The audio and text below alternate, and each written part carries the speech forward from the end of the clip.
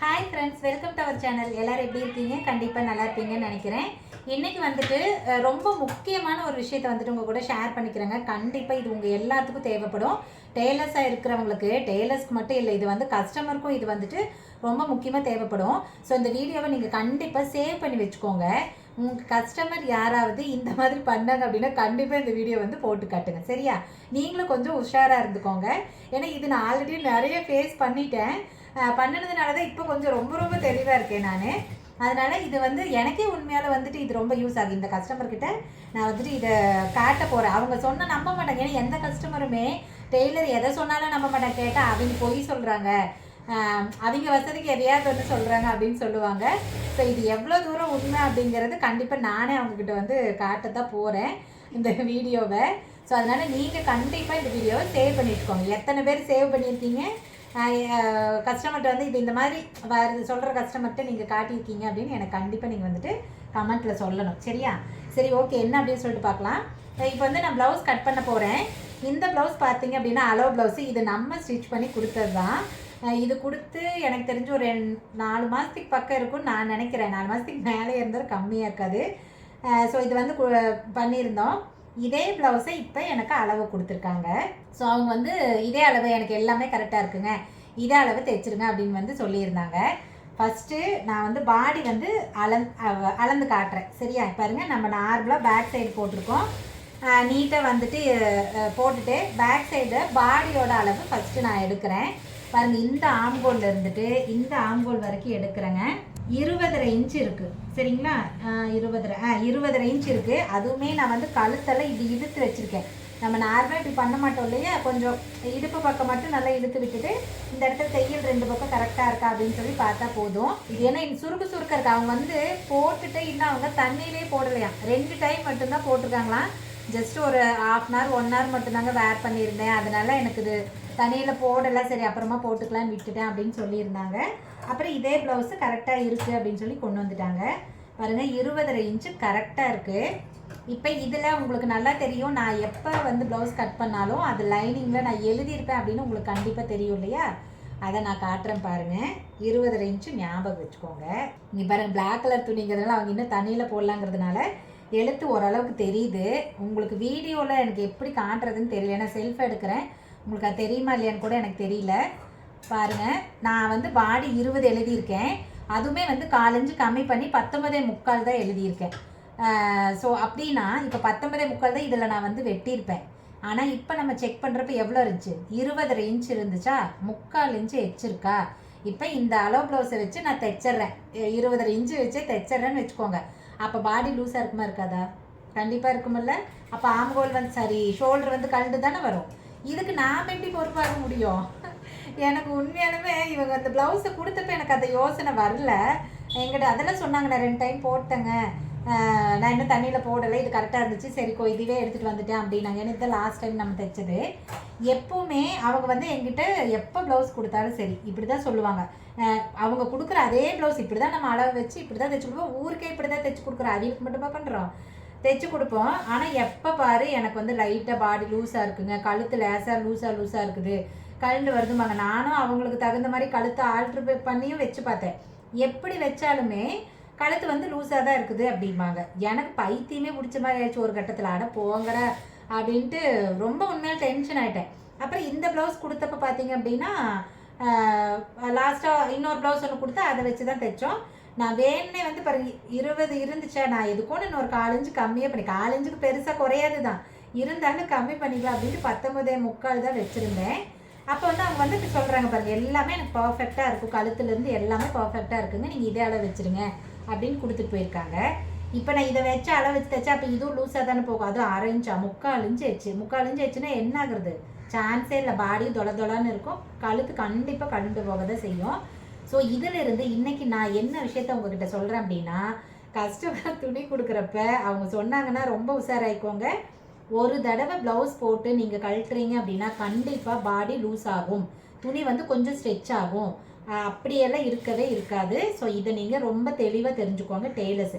கஸ்டமரும் அதே மாதிரி நீங்கள் போட்டு கழட்டின துணியாக இருந்தால் தயவு செய்து தண்ணியில் போட்டு கொண்டு வாங்க. நீங்கள் துவைச்சாலும் சரி சும்மா போட்டாலும் சரி, ஏன் அப்படின்னா இப்போ நீங்கள் கொடுக்குற அளவில் தான் நாங்கள் தைப்போம். எல்லா டெய்லரும் அப்படி தான் தைப்பாங்க. ஒரு வேளை சுருக்கு இருந்துச்சு அப்படின்னா மேபி ஒரு 4 இன்ச்சுக்கு ஒரு தையல் அளவுக்கு முன்ன பின்ன லூஸ் வரலாம். அதுதான் ரீசனே தவிர மற்றபடி எந்த டெய்லரும் அசால்ட்டாக அப்படியே கேஷுவல் இப்படின்னு எடுத்து வச்சு இப்படியெல்லாம் யாருமே தைக்க மாட்டாங்க. எல்லாருமே அவங்க தொழில் நல்லா இருக்கணும்னு தான் செய்வாங்க. ஸோ இப்படி ஒரு சின்ன சின்ன விஷயத்த நாம் கவனிக்காமல் விடுறதுல தான் இந்த மிஸ்டேக் நடக்குது. ஸோ இதை நான் ஆல்ரெடி அனுபவப்பட்டுட்டேன். அதனால் எனக்கு இது வந்து அவங்க கொடுத்துட்டு போய் ஒரு 2 நாளையிலே எனக்கு வந்து யோசனை வந்துருச்சு.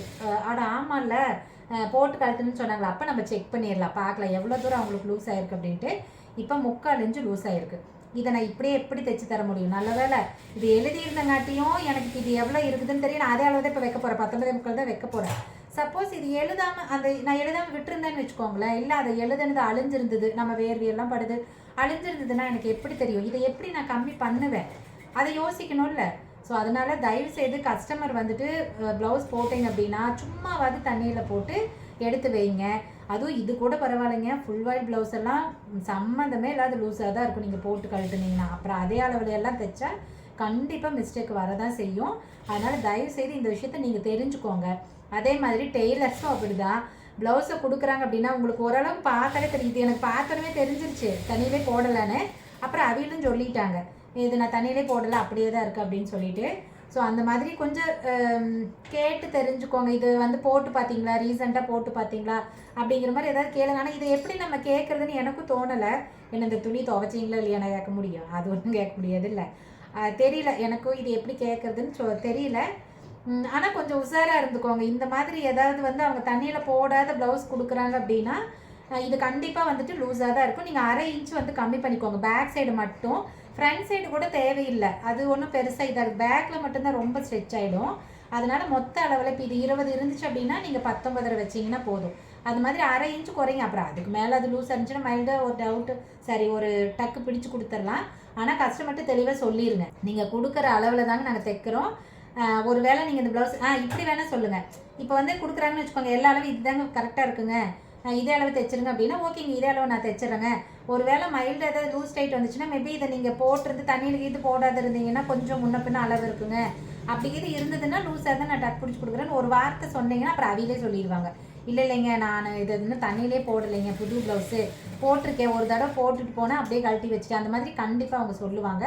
சொன்னால் உஷாராயிக்கோங்க. 1/2 இன்ச்சு பேக் சைடில் மட்டும் கண்டிப்பாக கம்மி பண்ணிக்கோங்க, சரியா?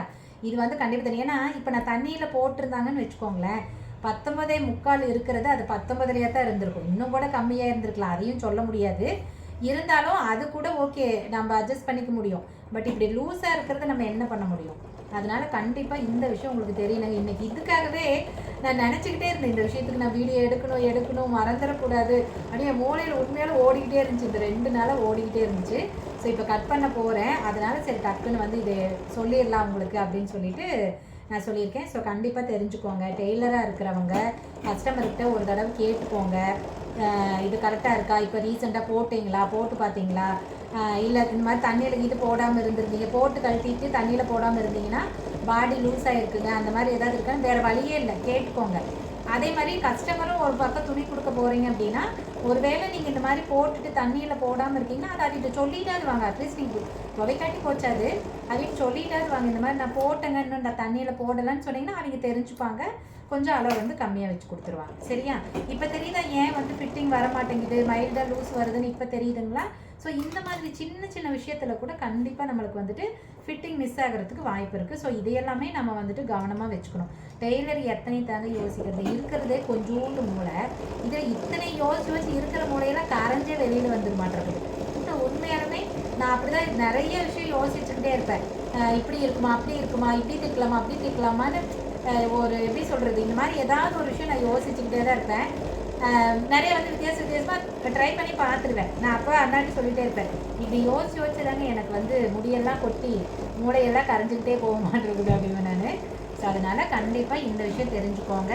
இந்த மாதிரி ரீசன்னாலையும் பாடி லூஸ் வரும். இதுக்கு நாம் ஒன்றும் பண்ண முடியாது. டெய்லர் மேலே இதில் மிஸ்டேக்கே கிடையாதுங்க. நான் கஸ்டமரையும் மிஸ்டேக் சொல்லலை, ஆனால் நீங்கள் அதை சொல்லிடுங்க, டெய்லர்கிட்ட வந்து சொல்லிடுங்க இதுதான் அப்படின்னு சொல்லிட்டீங்கன்னா அவங்க அதுக்கு தகுந்த மாதிரி பண்ணிப்பாங்க, சரிங்களா?